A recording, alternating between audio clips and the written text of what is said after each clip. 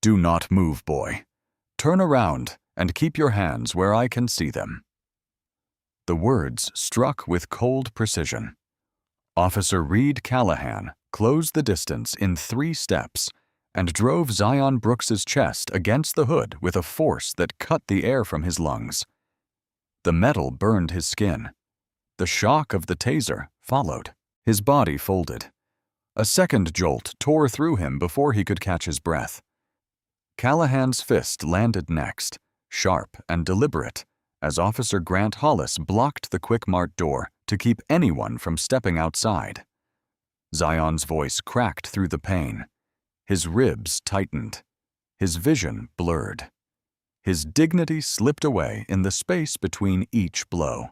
And in that short, brutal stretch of seconds, a quiet truth formed, certain and irreversible. What happened here tonight would destroy the men who believed they were untouchable. Before we continue this story, where are you watching from today? If you appreciate these true-to-life justice stories, subscribe to the channel and give this a like. Now we return to the moment that changed a city. Zion had finished a long evening practice, sweat drying on his jersey, mind set only on a cold drink before heading home. He never heard the patrol car roll up. Callahan stepped out first, posture rigid, hand already on his taser, insisting that Zion matched a robbery suspect. No robbery had been reported. Hollis circled the rear of the vehicle and announced that both body cameras had malfunctioned. The lie hung in the air without shame. Zion lifted his hands. He kept his voice steady. "Sir, I am just here for a drink." But Callahan had already made his decision. He seized Zion's wrist, twisted it backward, and slammed him against the hood again, firm and punishing. The sound echoed through the quiet lot, sharp enough to make Zion's heart skip. Pain spread through his shoulder. His breath trembled. Fear, the kind he had never known, settled deep inside him. Sofia Delgado sat in her car a few pumps away. She had just finished a 12-hour shift at the hospital. She saw Zion's hands up. She saw Callahan. Strike.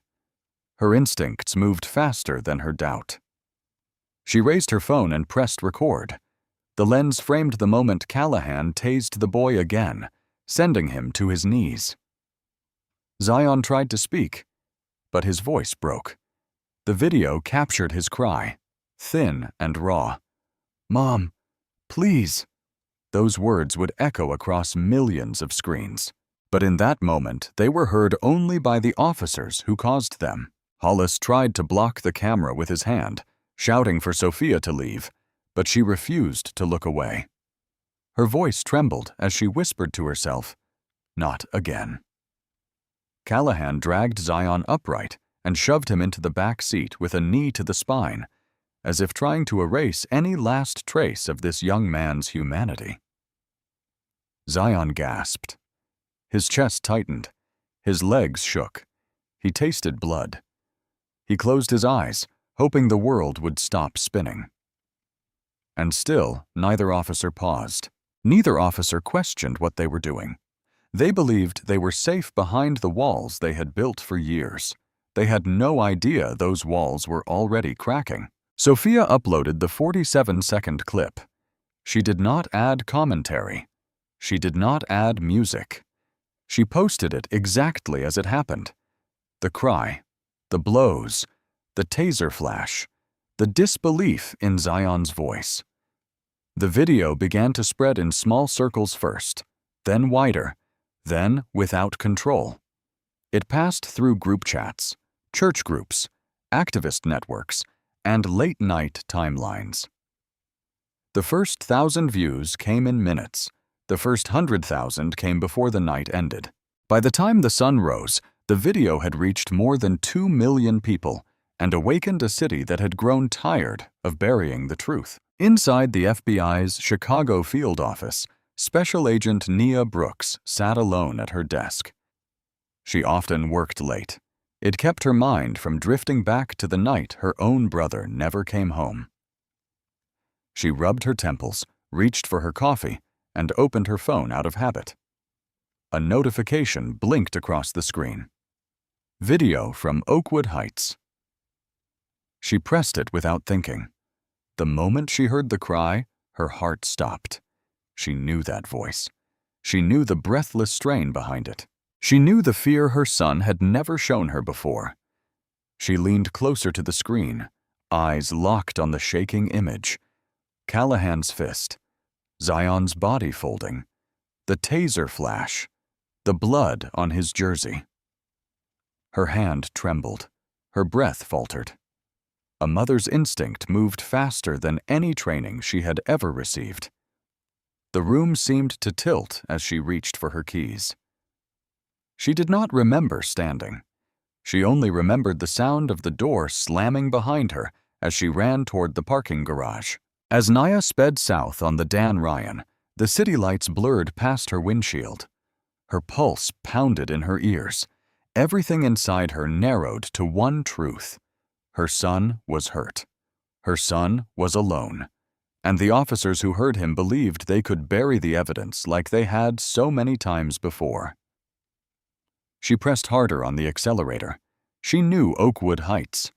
She had investigated complaints there. She knew about quiet settlements, missing footage, families too tired or terrified to keep fighting.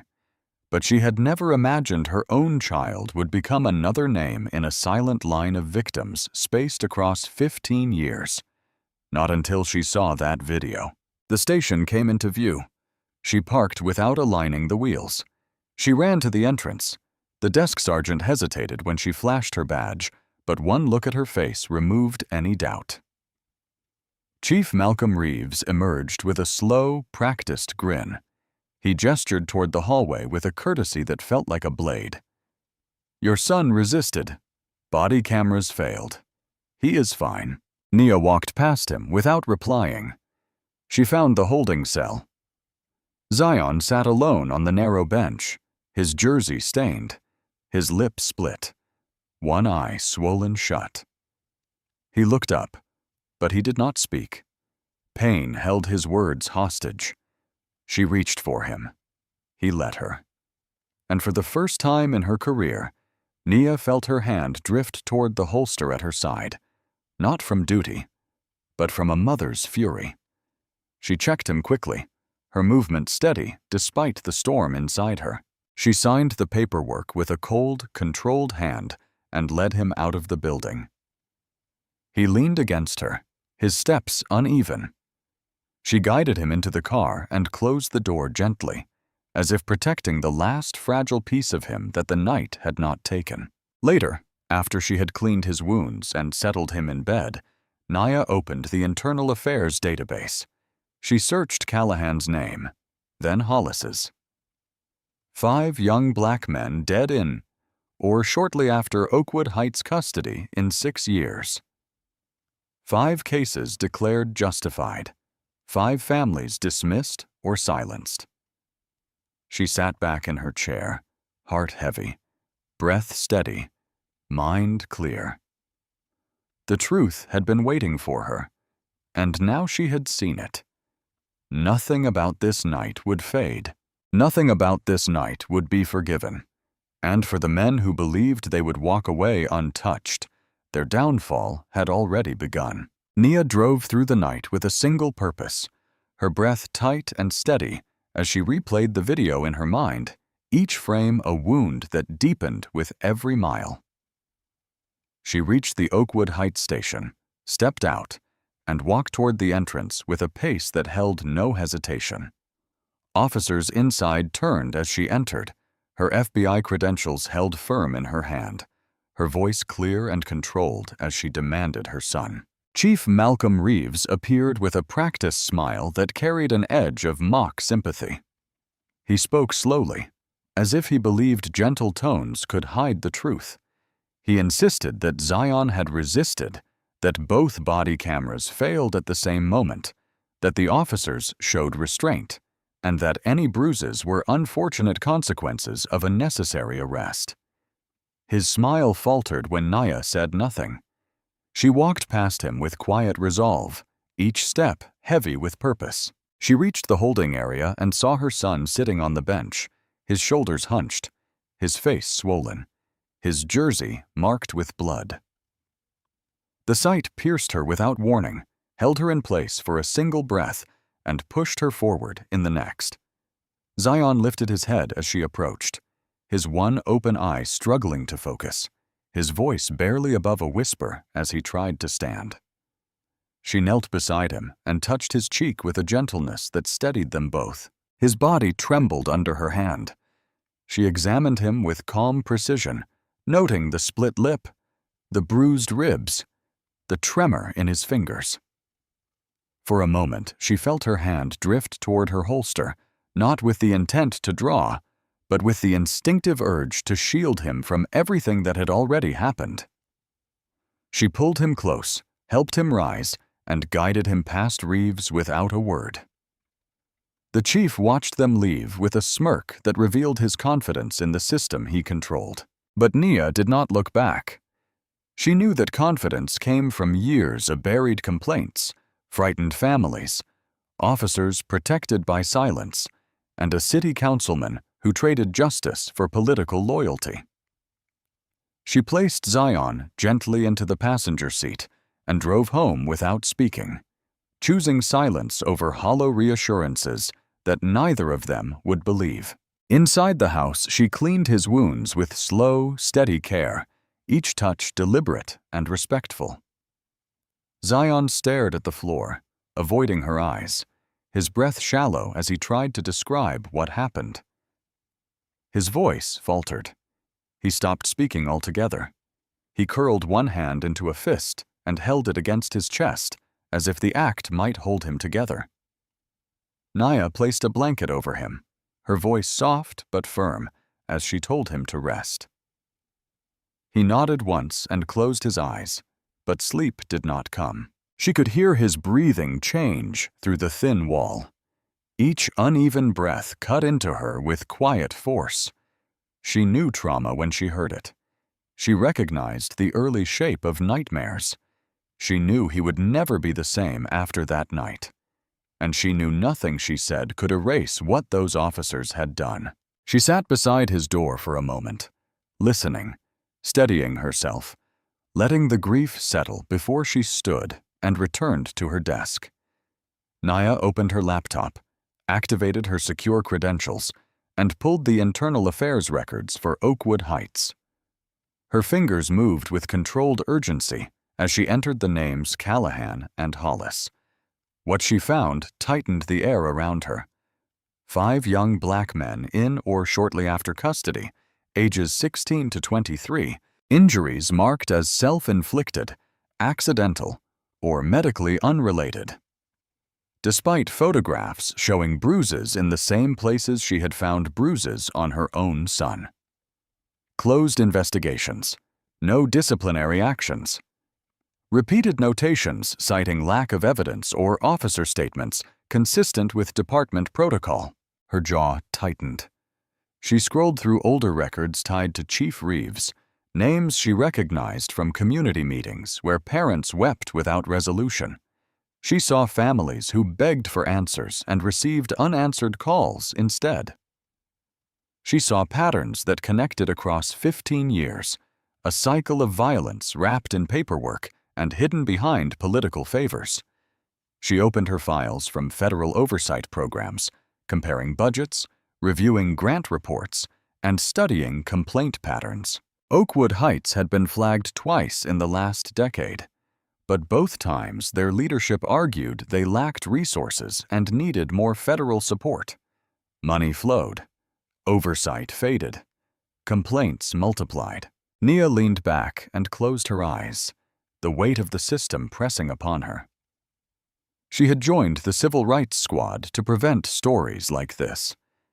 Yet somehow, while she pursued cases across the region, one of the worst patterns had grown only miles from her home.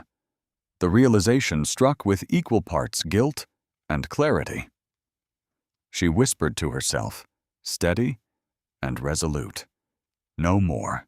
When Zion woke, his breath caught in his throat as he tried to stand.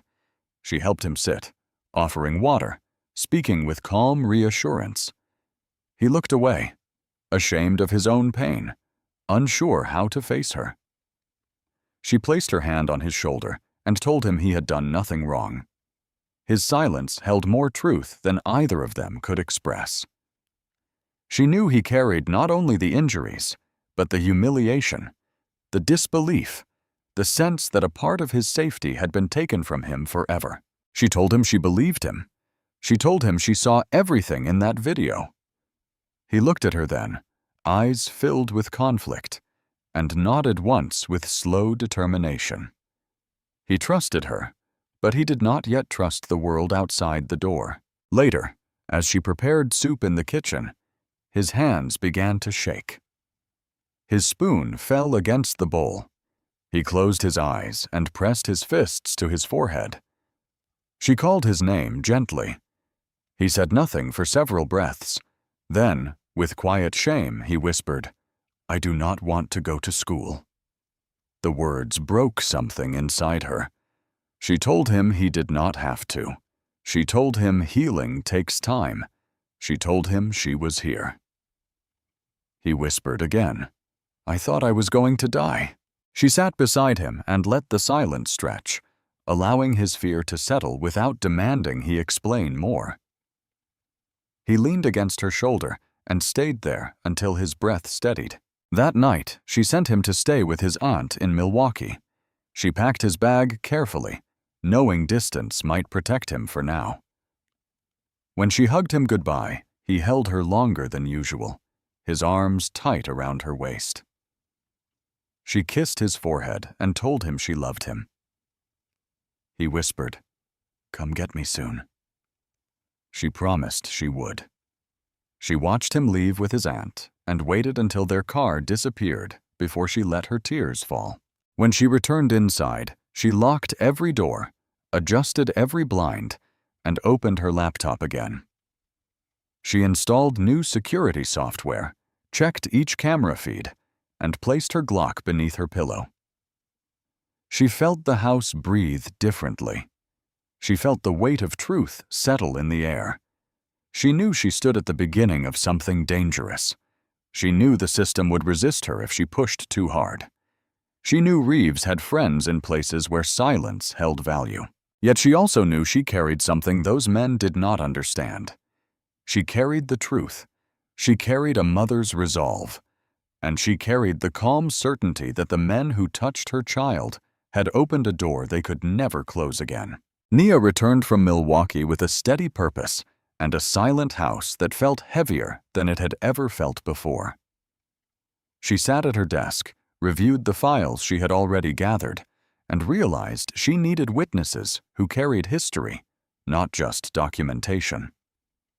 She drove to St. Matthew Baptist Church and stepped into the basement office where Reverend Josiah Hale waited. He rose slowly, offered a gentle nod, and unlocked a steel cabinet with a key he kept close to his heart. Inside were folders marked by fading ink, names of young men whose families had cried in these very walls, statements never entered into official record, and complaints that went nowhere. He placed the first folder in her hands with deliberate care and said, "These should have been heard years ago." She opened them and saw stories that echoed her son's, the same language of resistance, the same sudden camera failures, the same bruises that matched standard compliance strikes. As she read, the truth spread through her with a quiet indignation that sharpened her resolve. She felt the weight of families who had stood alone. She felt the echo of a system that had dismissed them. She knew this was not one night of misconduct, but a chain that stretched across decades. Amara Cruz arrived with a stack of Freedom of Information Act documents and her laptop, her face pale but determined. She did not wait for greetings. She opened her files and showed Nia the numbers. Oakwood Heights, a small department, had somehow increased its budget while overall crime dropped. Grant funding surged. Expenditures did not match staffing levels. Audits were shallow. Reports inconsistent. The pattern was unmistakable. It pointed to a machine that fed on inflated statistics and unchecked authority. Amara spoke with calm precision, her voice steady despite the exhaustion that clung to her. She said, "This is not incompetence. This is intentional." Nia agreed, her breath slow, her words measured. Together they mapped timelines, compared witness statements, and layered the pieces like gears in a broken clock.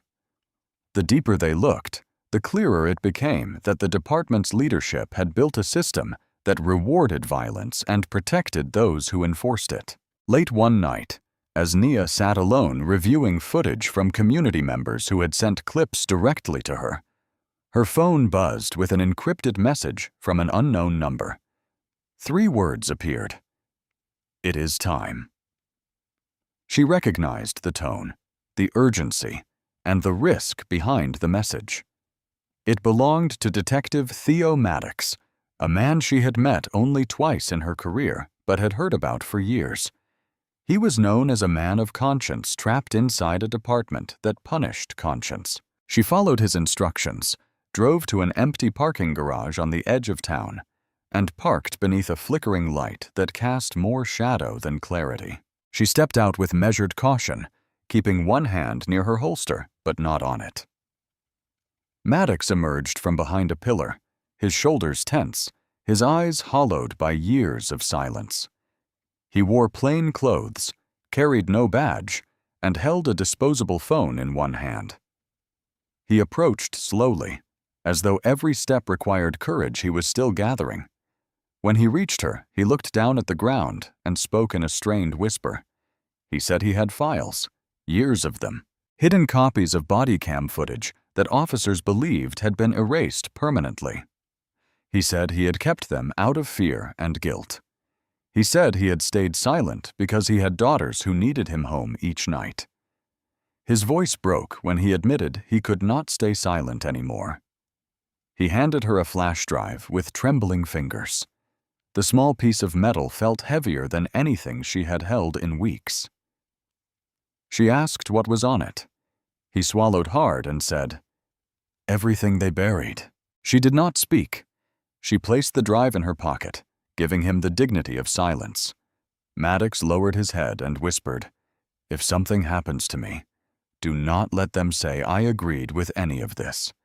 She assured him she would protect him as far as the law allowed, but he shook his head gently, as though protection meant little to a man already marked by the system he served. When Nia returned home, she locked the doors, turned off the lights, and opened her laptop with care. She inserted the drive. Files appeared in a long list: dates, case numbers, incident codes, some she recognized from complaints she had reviewed earlier.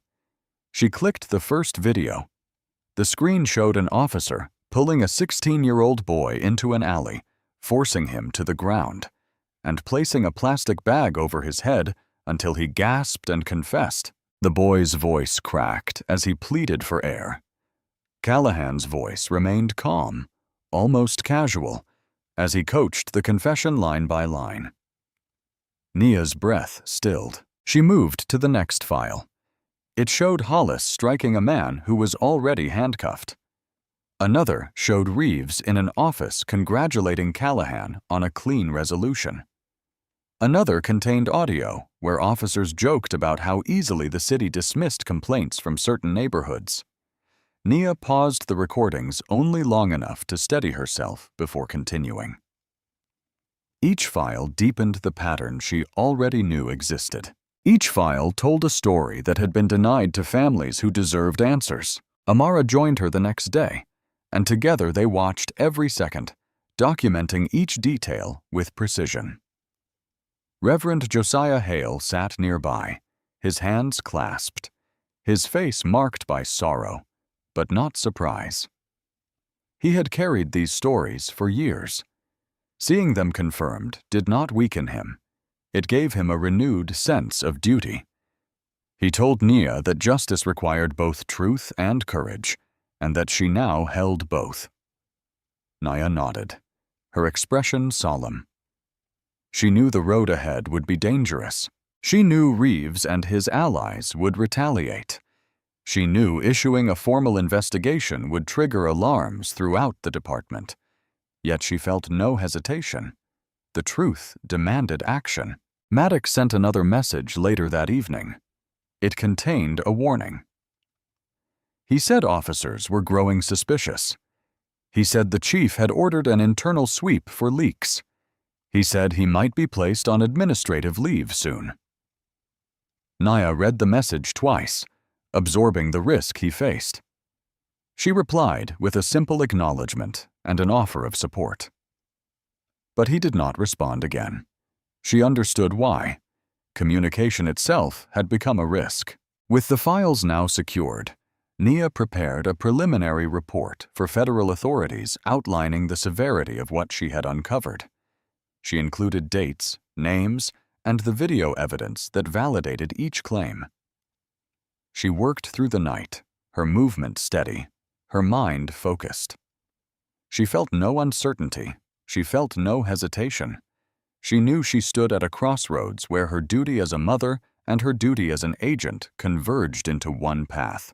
When she finished, she sat back and closed her eyes for a moment of quiet reflection. She knew the buried truth was now exposed. She knew those responsible would sense the walls closing in. She knew the hardest days were still ahead. But she also knew something else with unwavering clarity. Once the world saw what she had seen, nothing in Oakwood Heights would ever be the same again. The protests began quietly on a warm evening, the kind of evening when people stepped outside not to shout, but to stand together. By sunset, hundreds filled the street in front of the old municipal building, candles in one hand, phones in the other. They chanted Zion's name with solemn precision, each voice carrying both grief and resolve. Nia stood at the edge of the crowd, her hands resting at her sides, watching the community rise with a unity she had not witnessed in years. The first night remained peaceful, marked by prayer circles, soft hymns, and long lines of neighbors offering bottled water and whispered comfort. But beneath the calm, tension gathered like a quiet storm, waiting for the slightest force to set it loose. The second night brought that force. Out-of-town agitators slipped through the edges of the crowd with practiced ease, shouting provocations that clashed with the community's controlled grief. Police officers lined in military posture advanced without clear direction, shields raised, batons in hand. An object flew from somewhere Nia could not see. Officers surged forward. Tear gas filled the street. The air burned, and the people who had come to mourn found themselves running, choking, and shielding their children. The peaceful vigil transformed into a struggle for breath and space. Cars burned at the far end of the block. Helicopters circled low enough for their blades to rattle windows. Nia moved through this chaos with steady purpose, her instincts guiding her toward pockets of panic where people stumbled or froze. She called out over the roar of the crowd, her voice clear but urgent, telling them to move toward side streets, to stay low, to cover their faces. She had no authority here, but in moments of crisis, authority belonged to those who stayed calm. Amara Cruz stood on the roof of a nearby storefront, live streaming the eruption with the same courage she had shown for years. Her camera captured the volleys of tear gas, the officers advancing in tight formation, and the young protester who collapsed beside her, blood running down his temple from a rubber bullet strike. She filmed as she pressed a towel to his head, her voice breaking but unwavering as she narrated the moment. "The community came unarmed," she said. The response did not. More viewers joined every minute, drawn by the raw honesty of her footage. She stayed live for 9 straight hours, even after a canister landed near her foot and filled the air with choking smoke. When she finally climbed down from the roof, her face streaked with tear gas residue and blood from a small cut above her eyebrow, she pressed on. She interviewed mothers who had lost sight of their sons in the chaos. She filmed officers pushing against crowds that had nowhere left to move. She documented every misstep, every escalation, every plea for help. Her footage would later become part of a federal inquiry. But in that moment, it served a more urgent purpose. It kept the truth alive. Nia stepped into the heart of the crowd with a bullhorn and someone pressed into her hands. She spoke with measured force, her voice carrying above the noise. She told them they were not alone. She told them violence would not honor those harmed. She told them unity would reveal what chaos tried to conceal. Her voice steadied the front line. Protesters lowered bricks they had been poised to throw. Officers hesitated in mid-step for a brief moment. The street stilled under her words. She walked forward slowly, hands visible, shoulders squared, showing neither defiance nor surrender, only resolve. She spoke again, urging the officers to hold their line without advancing, reminding them that cameras watched and that escalation now would fracture a community already pushed to its limits. Her tone was calm but authoritative, the tone of someone who understood both justice and restraint. The officers paused. The crowd softened. The night held its breath. A fragile peace returned for a moment, held together by the strength of one woman who refused to let the city tear itself apart. She left the crowd only when she knew they were dispersing safely. When she returned home, she found her front door marked in red spray paint with the word "rat." The letters dripped down the siding like a warning written in anger instead of ink. She stood still, absorbing the message with quiet clarity. Her training told her to call it in. Her instincts told her it came from someone within the department. She took a breath, walked inside, and closed the door behind her with controlled calm. She wiped the paint from the doorknob to prevent it from staining her hands, then turned on each light one by one, checking the windows, checking the back entrance, checking her alarm. She installed additional cameras with deliberate care, placing each one where it would capture the approach of anyone who believed intimidation could turn her from her path. When she finished, she moved through her silent home with the cautious grace of someone expecting danger at any moment. She removed her Glock from its safe, checked the chamber, and placed it beneath her pillow. She did not tremble. Fear had no place here. Determination filled its space. The night grew heavier as she sat at her desk, reviewing Maddox's files once more, cataloging each video, documenting each timestamp. The glow of the screen illuminated her face with steady resolve. She knew these nights would become more dangerous, and she knew the department's leadership would grow desperate. Power rarely yielded without force. She accepted that truth with calm clarity. She worked through the files until her eyes blurred, then rested for an hour before beginning again. She ate only when her hands began to shake from exhaustion. She drank water slowly, grounding herself. She kept her phone within reach, waiting for Maddox's next message, praying he remained safe. Each hour that passed without word deepened the urgency in her chest. Meanwhile, her decision to send Zion to Milwaukee proved necessary. He called her twice that night, his voice soft, each sentence slow and careful. He told her he had trouble sleeping. He told her he kept replaying the moment Callahan's fist struck his face. He told her he heard the taser in his dreams. She steadied him with quiet reassurance, reminding him he was safe, reminding him he was strong, reminding him healing took time. She did not mention the spray paint. She did not mention the helicopters. She did not mention the files that haunted her screen. She protected him from details that would only deepen his fear. By dawn, the city lay under a thin layer of smoke, the scent of burned rubber lingering in the air. National news vans lined the streets. Faith leaders gathered in emergency meetings. Parents kept their children home from school. The mayor issued a statement urging calm, but his words carried no conviction.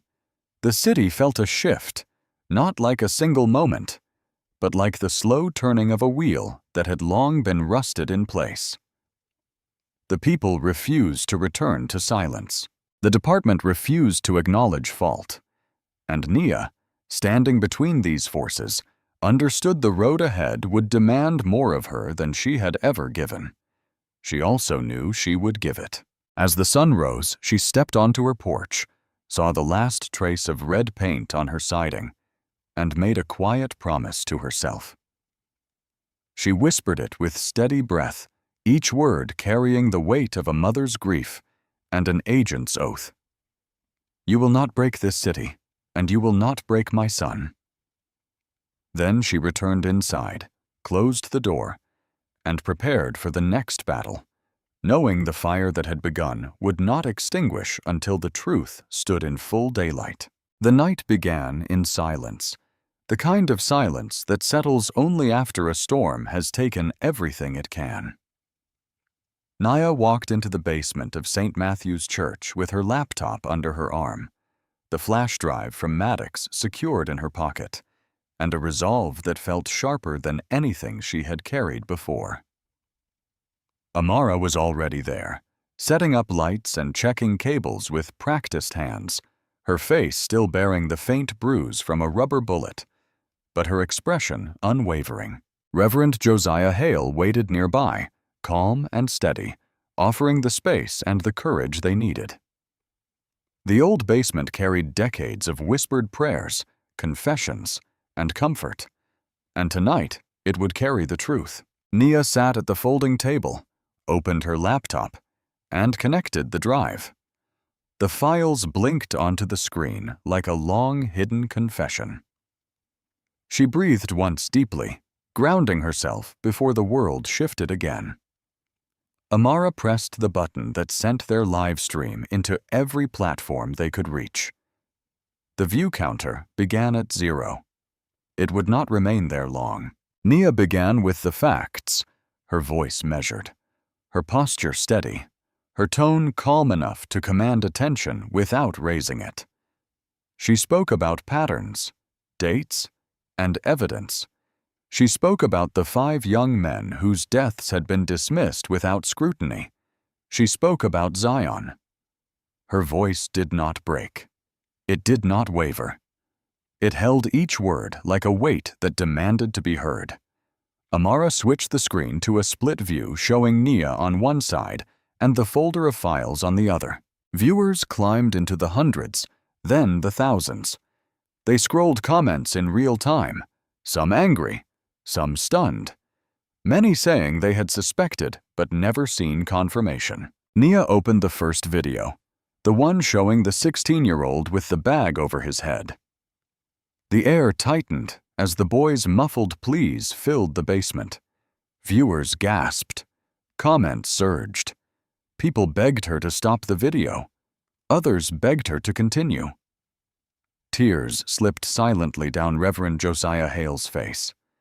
Nia let the footage run in full because editing would be another form of silence, and silence was what had built this system. Later, Amara switched to the suffocation video recorded years earlier, the one Maddox said kept him awake at night. Callahan's voice filled the stream, calm, deliberate, unshaken, as he instructed the boy to confess while pressing the bag tighter. The boy's hands clawed at the ground, seeking air that would not come. His voice cracked with terror. The sound felt like a wound. The comment section erupted. Viewers flooded the feed with shock, grief, outrage, disbelief. The count surged past 200,000, then 3, then 4. Phones buzzed across the country as people shared the link. Newsrooms picked it up. Activists stayed awake to push it further. Families who had buried sons without answers watched and wept. Officers across the region stopped pretending their secrets were safe. And while the video played, the basement door shook with sudden force. A crash echoed through the hallway. Amara's eyes widened, but she kept filming. Reverend Josiah Hale whispered a prayer under his breath. Nia did not turn her head.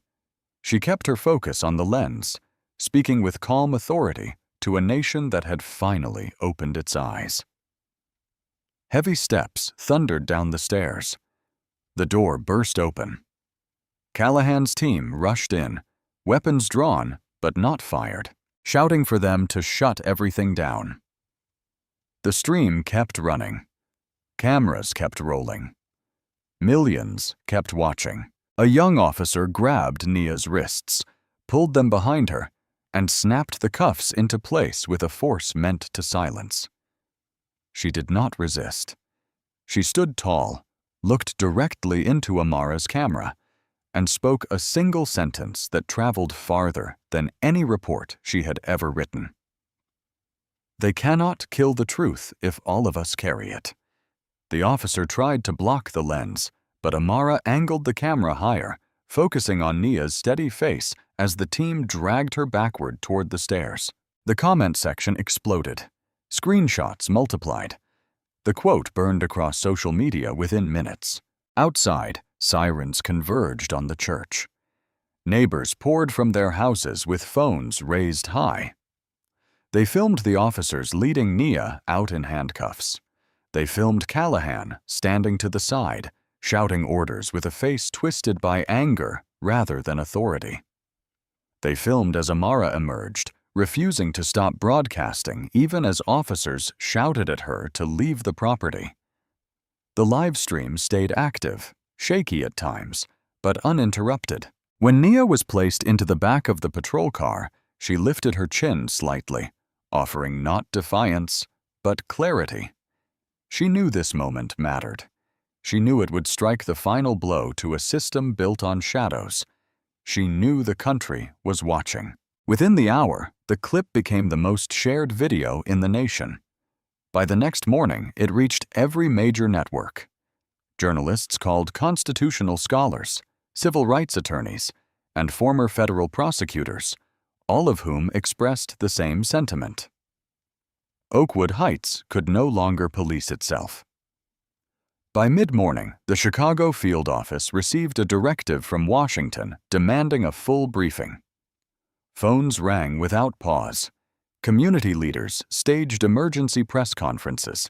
Clergy opened their doors to families seeking protection. Officers who had remained silent for years began sending anonymous messages, adding details they had been too afraid to voice.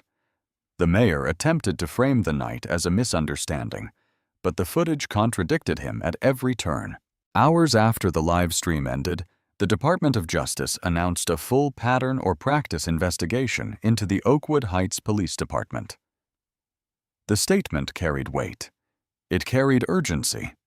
And it carried the unmistakable tone of the federal government preparing to dismantle a corrupted system piece by piece. Nia's words traveled across the country in captions, news crawls, and morning broadcasts. They became a rallying cry.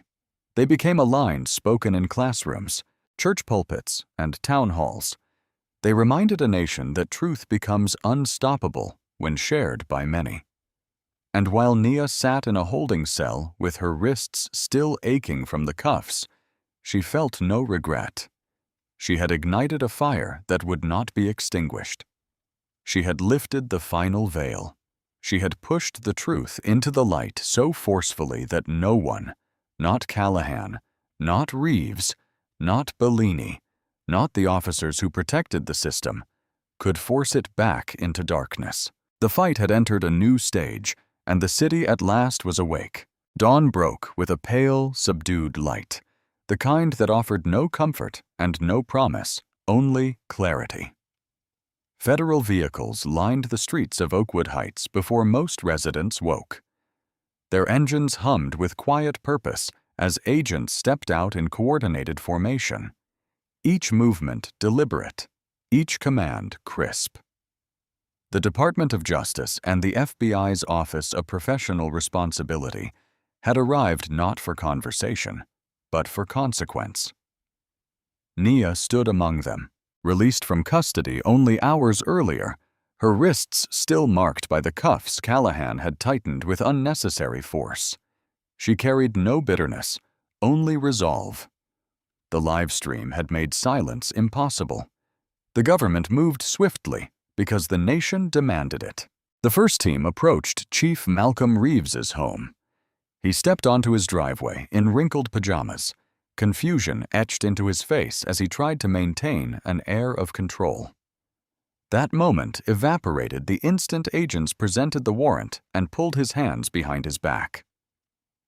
His voice wavered as he insisted this was a misunderstanding, a political stunt, a smear campaign.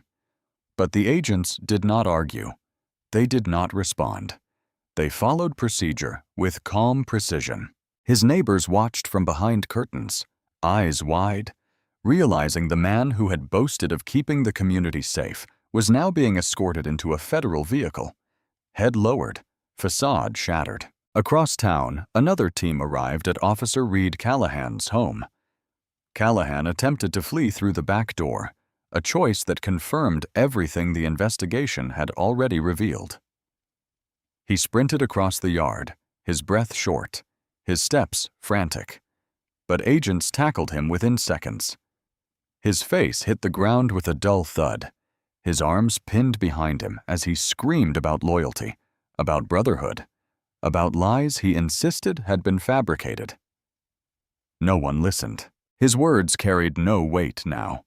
His violence had been recorded. His cruelty had been exposed. His authority was gone. Officer Grant Hollis, meanwhile, surrendered without resistance. When agents arrived, he stepped forward with trembling hands already raised, his voice barely held together as he whispered that he would cooperate. He asked if it was too late to tell the truth. One agent replied calmly that truth always matters, but consequences follow regardless. Hollis nodded, tears forming, understanding that cooperation was now his only path toward even limited redemption. The sweep continued with unyielding precision. Supervisory Special Agent Pierce Lang was taken into custody at the federal building, his betrayal laid bare. He stood stunned as agents read the charges, his once confident posture collapsing beneath the weight of disgrace. He tried to meet Nia's eyes as she entered the hallway, but she did not grant him that acknowledgement. His betrayal was not only professional, it was personal. He had undermined the very work she dedicated her life to. He had enabled the system that assaulted her son.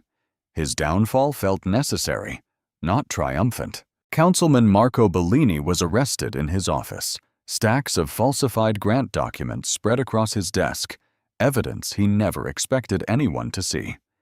He attempted to negotiate, to threaten, to invoke political allies, but every avenue had closed. His influence, once broad, now narrowed to a single prison-bound trajectory. By midday, the scope of the investigation had become clear. 28 officers and officials faced charges ranging from civil rights violations to evidence tampering, obstruction, fraud, and homicide. 45 wrongful convictions were vacated. Case files long dismissed as resolved reopened with new urgency. Families who had carried grief for years received calls they never expected, calls acknowledging their pain, calls offering apologies, calls promising justice.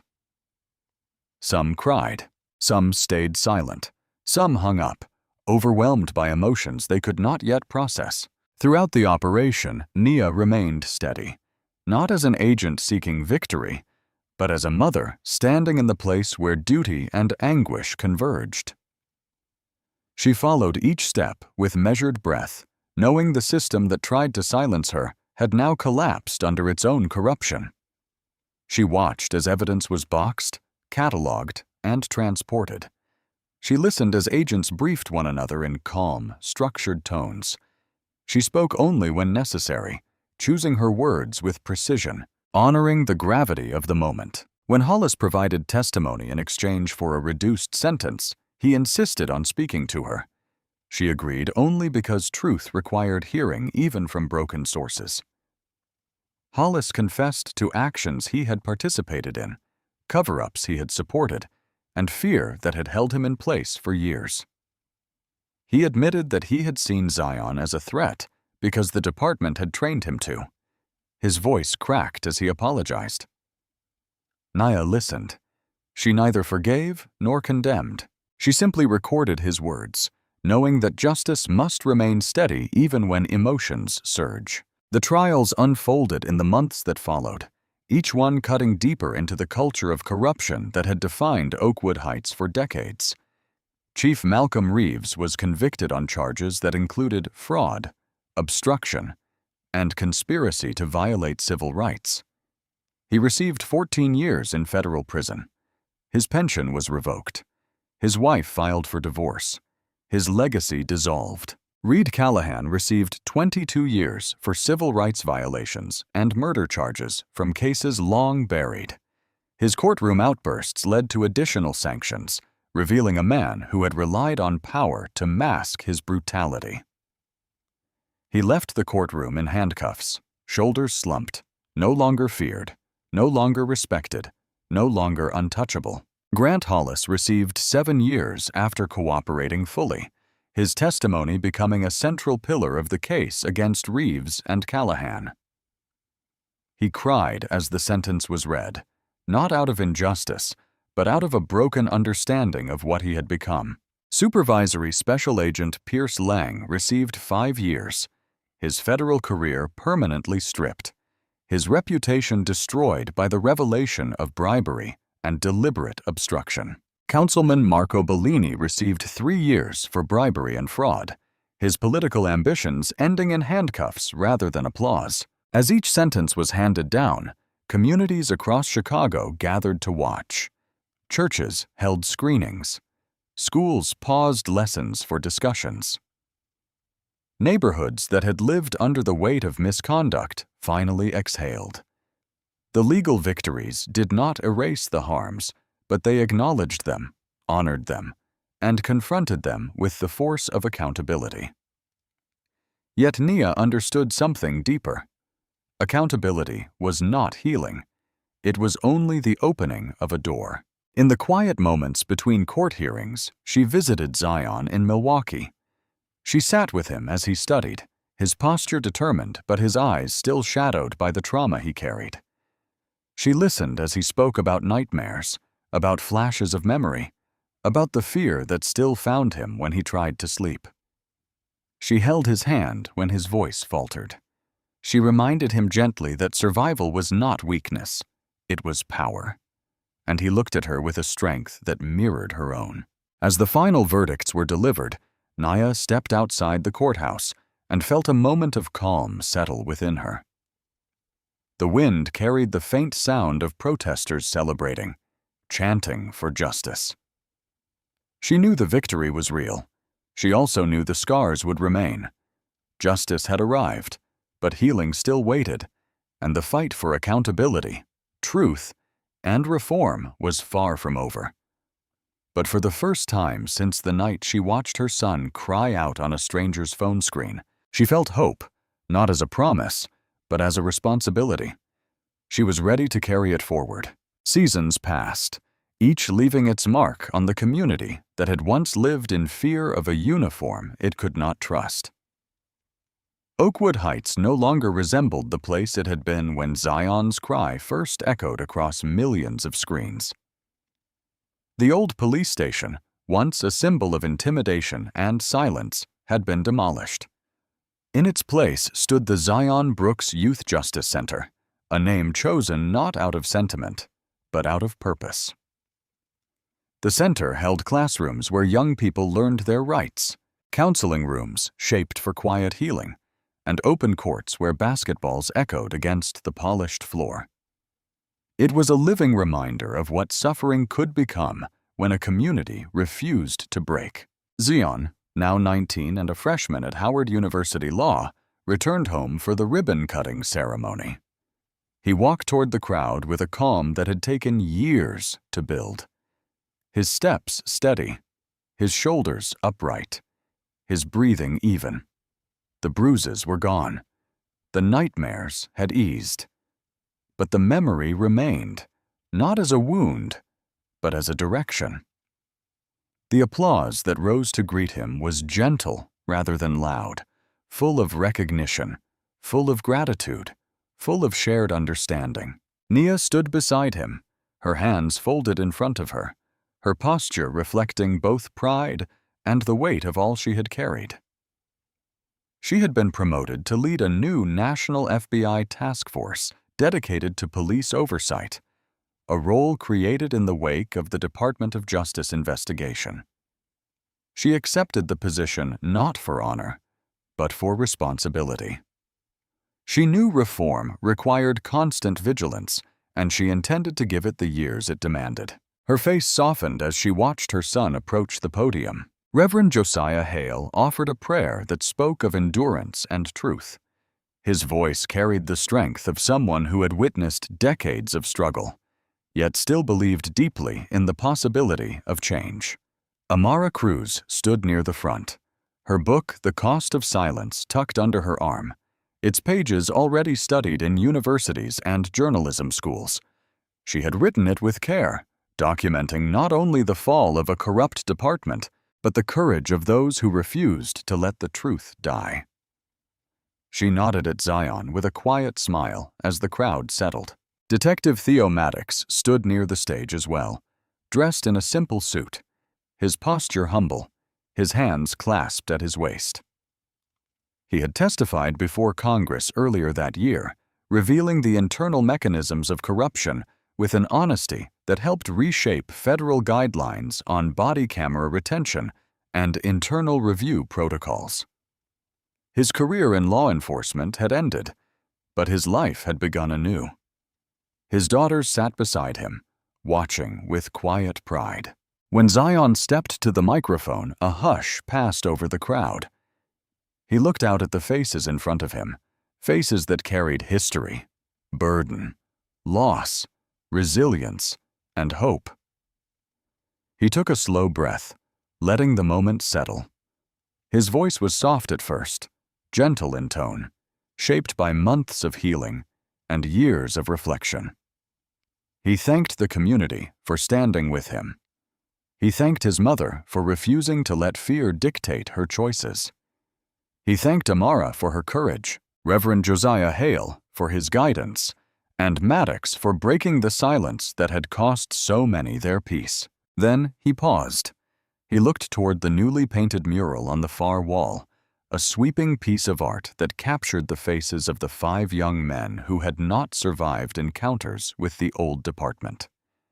Their eyes were soft yet steady, watching over the center that now bore a vision of justice denied to them. Zion walked toward the mural slowly. The crowd remained silent. He raised his hand and placed his palm against the cool surface of the wall, touching the face of the youngest among them. His words came quietly, yet they carried with the force of a pledge.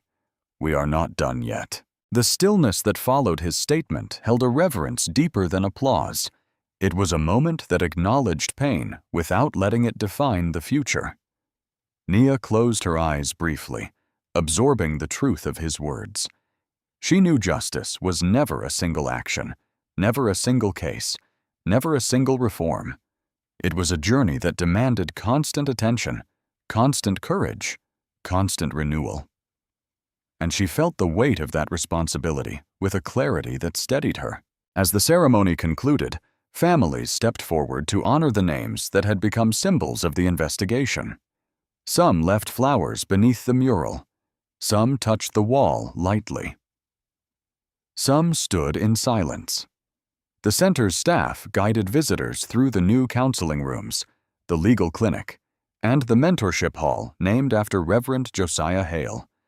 The air held a sense of healing, not complete, but genuine and growing. Nia walked beside Zion as they greeted neighbors, answered questions, and accepted embraces. She felt the quiet warmth of belonging, something she had nearly forgotten during the darkest nights of the investigation. Yet even in this moment of renewal, she understood the scars would remain. They were part of the story, part of the truth, part of the resolve that carried them forward. As the crowd dispersed, Zion returned to the mural one last time. The late afternoon sun cast a gentle light across the painted faces, giving them a quiet radiance. He stood there alone, his hands resting at his sides, his thoughts settled. He remembered the boy he had been on the night of the attack, confused, terrified, broken. He remembered the weight of the taser, the blow of Callahan's fist, the taste of blood in his mouth, and the sound of his own cry. He also remembered the moment he realized he had survived, not only the assault, but the fear that followed. He let the memory settle in his chest without anger, without shame, without despair. He understood that survival gave him purpose, and purpose gave him strength. The camera pulled back in the mind's eye, revealing the mural in full. Beneath the faces of the lost were painted words chosen after long discussion, words intended to speak across generations. This fight belongs to all of us. Keep filming. Keep speaking. Keep fighting. The message stood as a promise and a reminder. It called upon every witness, every citizen, every young person who entered the center to understand that justice was a shared responsibility. Zion stepped back, allowing the mural to fill his vision. The autumn wind brushed gently across his face, carrying the scent of change rather than fear. He whispered the closing line, his voice steady and clear. Justice is not the end. It is the beginning. The scene faded with quiet dignity, leaving behind not triumph, but truth, not closure, but commitment, not finality, but the enduring belief that every act of justice shapes the world that follows. And every voice raised against silence carries the weight of progress. Thank you for listening to this story. If it resonated with you, please subscribe to the channel, give the video a like, and share it so more people can hear the message. Your support helps keep these stories alive.